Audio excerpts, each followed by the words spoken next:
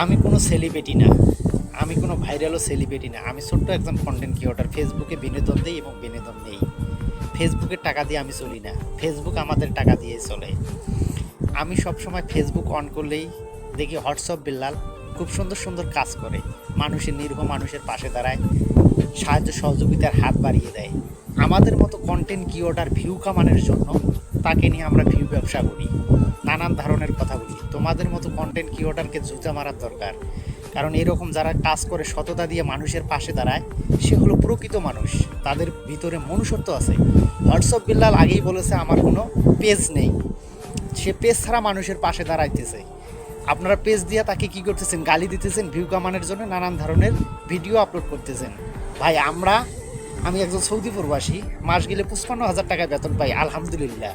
তো আমাদের মতো হাড় ভাঙ্গা পরিশ্রম করেন, ফেসবুকের অসার টাকা দিয়ে মানুষকে গালি দেবেন না। হোয়াটসঅ্যাপ বেলাল যা করতেছে মানুষের সততার দিয়ে কাজ করতেছে।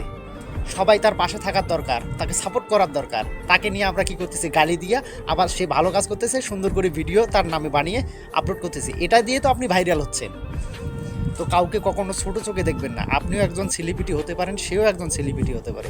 একে অপরের পাশে থেকে সাহায্য সহযোগিতার হাত বাড়িয়ে দিয়ে সবাই সবার পাশে থাকতে হবে, এটাই হলো আমাদের চিন্তা ভাবনা।